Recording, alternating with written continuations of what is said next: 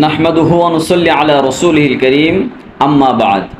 সম্মানিত উপস্থিতি, আজকে আমরা জানব যে কোরবানিকৃত হালাল পশুর কোন কোন অঙ্গ খাওয়া আমাদের জন্য হারাম। নাম্বার 1, প্রবাহিত রক্ত। নাম্বার 2, মেরুদণ্ডের হাড়ের মধ্যে সাদা এবং মোটা যে রগ থাকে, এটা আমাদের জন্য খাওয়া হারাম।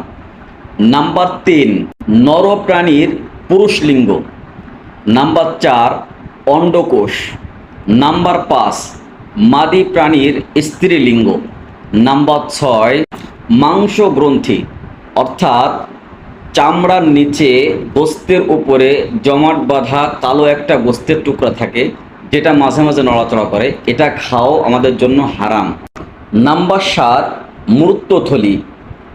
সর্বশেষ নাম্বার 8, পিত্তথলি। এই 8টা জিনিস যে কোনো হালাল প্রাণীর থেকে আমাদের জন্য খাওয়া হারাম।